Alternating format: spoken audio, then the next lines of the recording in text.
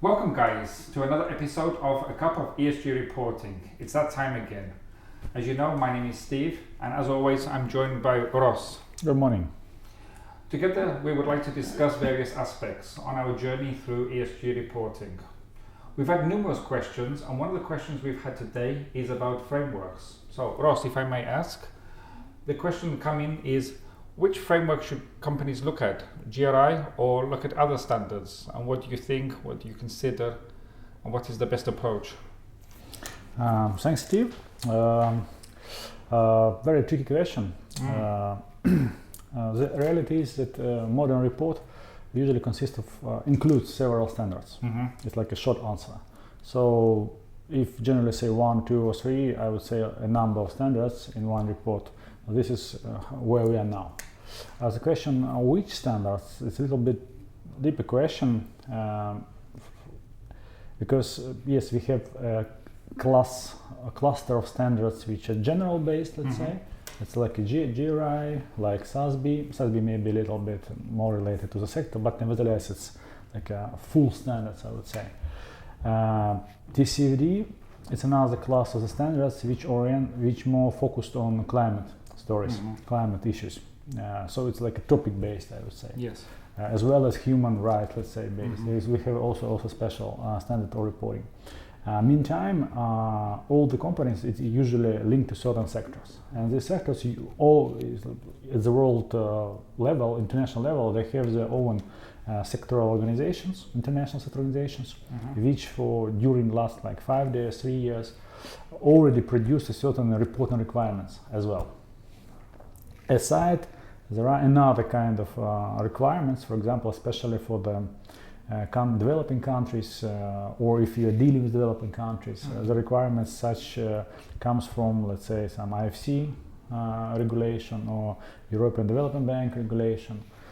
So what I'm trying to say, and again, if you dive into the process of dealing with the stakeholders, people very like A1000 series of standards. It's especially devoted for this issue. So the right answer is probably first to understand the key targets for you. Let's say if you are deeply focused, for example, on investor, so probably SASB will be even better than GRI. Yes. From this point of view, as well as the TCFD, of course. If you're talking about climate or financial related things, which comes from double materiality approach. If you are focused, if you want to use more mature standard, which was really developed well, and it's has a history of implementation, a lot of experience, and actually in turn guarantees the production of well-balanced report, I would recommend GRI. But again, GRI also fits audience as well as an investor, but several others. So GRI is more universal, I would say, standard. But again, as practice shows, we usually, when we make a traditional consultancy, let's say there is a company, mining company. So we always use, or metal mining, yes. So we use, if we build a general structure, we use GRI and the framework of integrated reporting approach, trying to connect the financial and non-financial aspects into one business model, showing the transition of the capital, the creation of the capital, creation of the value through the whole report, if we are making, let's say, an integrated report, or sustainability as well, by the way. So this is like the basic, and of course legal requirement of the country which we work with. Yes. So this is like kind of basis. Meantime, we also attract the expectations which sometimes I told already like developed into additional reporting standards from a sector basis international organization like Metal Mining Association. I don't know the concrete name, but they have the clear guidance what they consider to be material and how they consider these material issues to be disclosed. So we track the experience as well. Then, for example, the company administrate on some stock, let's say in US. Then of course we go to SASB and track the SASB metal mining sector application, metal mining books, let's say, related to this sector. So we integrate it as well. Yes.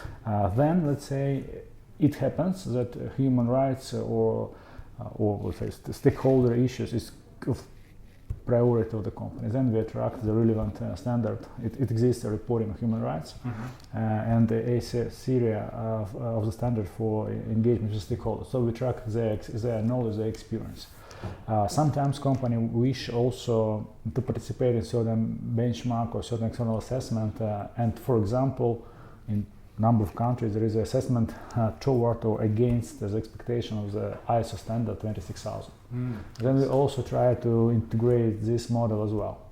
So this is actually, so by the task we like combine a number of different types of the standards in turn and different consideration into the creation, the general approach on what we are going to disclose. The good story is that a lot of them are interconnected and overlapping each other, and there is a number of guidance, like so I call them building the bridge. Oh, by the way, I forget about SDG. It's a core also for the beginning. Yes. Just wanted to ask. Or COP, communication on progress, if you're a member of Global Compact. So all of the guidance I'm just named, they have interconnection basis. They connect each other, overlapping. Let's say if you talk about GRI 2021 and TCFD, GRI totally covers TCFD, not only covering the issue of risk assessments and working with the risks. This issue is unique for TCFD, let's say, if you want to compare, for example.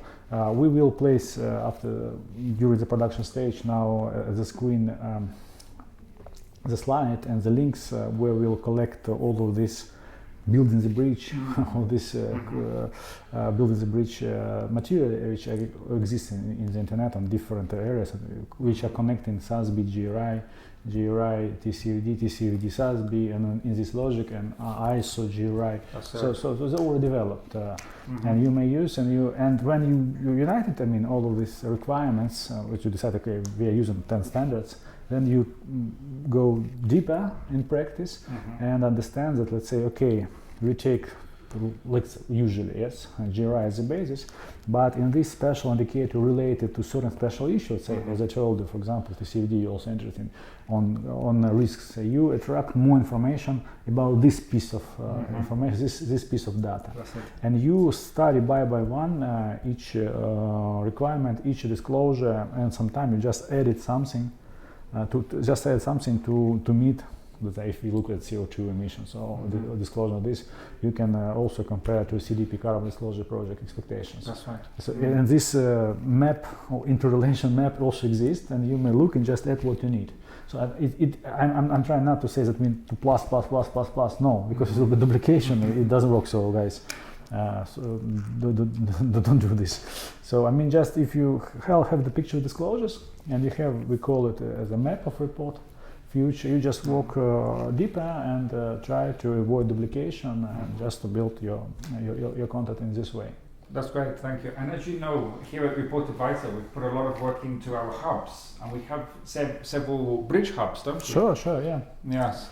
Yes, at Report Advisor, we already placed a few, we digitalized, as actually we do with our traditional consultancies, this kind of job.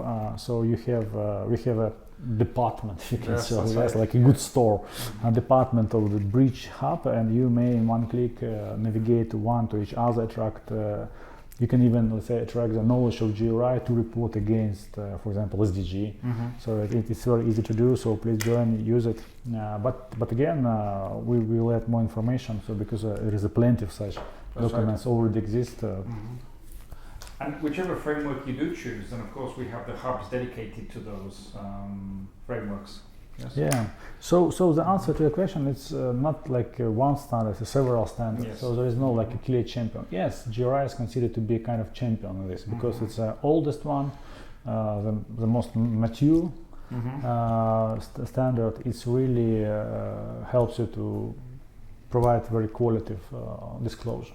But again, the newcomers like TCFD I like very much. For example, I like SASB and the recent initiative of international financial standards. Also, for me, is quite perspective. We'll see how they will manage them. It's also an interesting approach. So again, and so as I told you, it's a question of the selection, which audience, which expectations, and then correct integration, all the expectation in order to avoid duplication or missing something. So that's how it works. Wonderful. Thank you, Ross, for that Yeah, insight. welcome. Yes, thank you. Please. And thank you for the question.